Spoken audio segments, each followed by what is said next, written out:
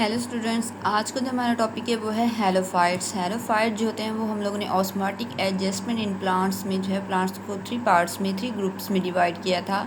Hydrophytes, xerophytes and halophytes. हम लोगों ने हाइड्रोफाइट्स और जीरोफाइट्स पढ़ लिया है और आज की वीडियो में हम पढ़ेंगे हेलोफाइट्स। तो हेलो जो लफ्ज़ है वो ये हेलो लफ्ज़ हेलस से निकला है और हेलस का मतलब होता है साल्ट्स। फाइट्स में प्लांट्स, तो ये वो प्लांट्स है जो साल्टी इन्वायरमेंट में रहते हैं। अब साल्टी इन्वायरमेंट कहाँ होता है? वो होता है सी वाटर में। ठीक है, ये कहाँ रहते हैं? मैराइन या सी वाटर में रहते हैं और उनके अंदर जो होता है वो साल्टी वाटर होता है। और साल्टी इन्वायरमेंट में इन्होंने जो है वो अपने अंदर जो है वो अडेप्टेशंस पैदा किए हैं कि कैसे साल्टी जो है वो वाटर में रहा जाता है। ठीक है, मैराइन और सी में के अंदर जो है वो साल्टी वाटर होता है, साल्टी इन्वायरमेंट पाया जाता है। तो ये प्लांट जो है वो समंदर में रहते हैं।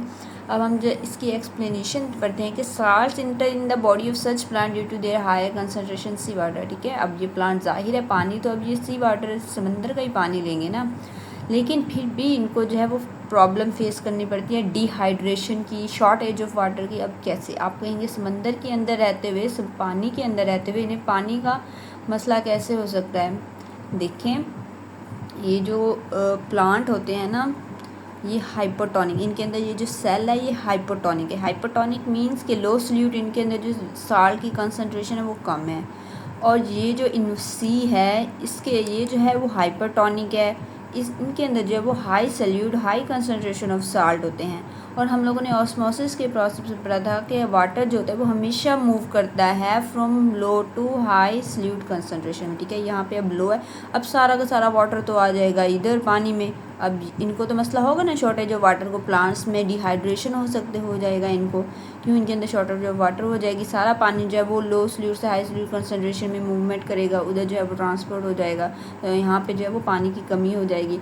तो इन प्लांट्स ने अपने अंदर फिर अडेप्टेशंस पैदा किए हैं कि इन्होंने जो है वो एक्टिव ट्रांसपोर्ट का मैकेनिज्म इस्तेमाल करके क्या किया है, when salt enter into the cell. ठीक है, जब ये पानी जब इनकी बॉडी में जाता है, जाहिर है पानी जाएगा इनकी बॉडी में, लेकिन वहाँ से वो दोबारा रिवर्स मैराइन वाटर में मूव करता है, क्योंकि वहाँ पे लो प्लांट के अंदर जो है वो लो सल्यूट होते हैं और मैराइन वाटर में हाई सल्यूट होते हैं। और जब ये अब तो प्लांट क्या करते हैं, जब सी वाटर इनकी बॉडी में एंटर होता है तो ये बताऊँ क्या करते हैं, ये वहाँ पे एक्टिव ट्रांसपोर्ट का मैकेनिज़्म अप्लाई करते हैं। एक्टिव ट्रांसपोर्ट मीन के वाटर की जो मूवमेंट करवाई जाती है हाई से लो कंसंट्रेशन की तरफ with the use of ATP के इस्तेमाल से, एनर्जी इस्तेमाल करके उनको जो है वो ज़बरदस्ती पानी को जो है वो साल्ट्स को जो है वो हाई टू लो कंसंट्रेशन की तरफ मूवमेंट करवाई जाती है। तो ये क्या करते हैं कि when salt enter into the cell, ठीक है, जैसे साल्ट पानी उनके सेल्स में इंटर होगा, plant carry out active transport to move and hold large amount of salt in vacuum.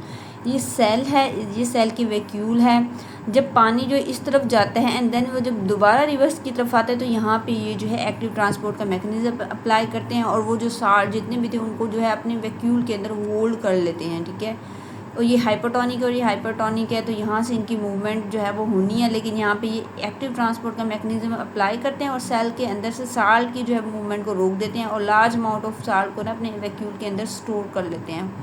ठीक है, एंड देन अब भी वो जब पानी इंटर होता जाएगा वो होल्ड करते रहेंगे, तो फिर एक टाइम ऐसा आएगा कि उन सेल्स के वैक्यूल के अंदर जो अब इन्वायरमेंट होगा वो हाइपरटोनिक हो जाएगा और सी वाटर जो है वो हाइपरटोनिक हो जाएगा। मीन्स कि यहाँ पे साल्ट की कंसनट्रेशन जो है वो सी वाटर से भी ज़्यादा हो जाएगी प्लांट के सेल्स के वैक्यूल्स में।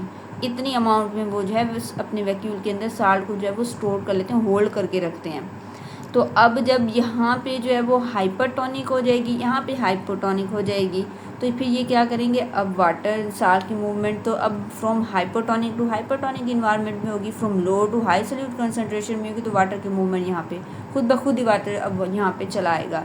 तो ये एक्टिव ट्रांसपोर्ट का मैकेनिज्म ये लोग अप्लाई करते हैं। लेकिन जब इनके अंदर जो है वो एटीपी की यहाँ पे साल्ट की कंसंट्रेशन ज़्यादा हो जाएगी तो फिर वो एटीपी के लिए थोड़ी देर के लिए उसको जो है वो स्टॉप कर देंगे, वाटर की मूवमेंट थोड़ी बाहर जाएगी। जब दोबारा से अगर लो होगा दोबारा वो एटीपी अप्लाई करेंगे तो इस तरह जो है वो अपने आप को मेंटेन रखते हैं, रेगुलेट करते हैं सी वाटर में। Salts are not allowed to move out through the semi permeable membrane. ठीक है, वैक्यूल की जो मेम्ब्रेन होती है, सेमी पेरिबल मेम्ब्रेन होती है, साल्ट्स को इजाज़त नहीं कि वो यहाँ से जो है वो मूव आउट करें। So the sap of vacuole remain even more hypertonic than sea water. अब सैप हम कहते हैं साल्ट प्लस वाटर की जो सोल्यूशन होगा ना वैक्यूल के अंदर, हम उसे सैप कहते हैं। वो कहते हैं अब वैक्यूल के जो सैप में है वो मोर हाइपरटोनिक देन सी वाटर, मतलब कि इनके अंदर जो है वो मच मोर साल्ट्स होते हैं than sea water. And then जो है वो in this way water does not move out of the cell, इस तरह जो है वो वाटर पानी जो है वो सेल से बाहर नहीं जाएगा।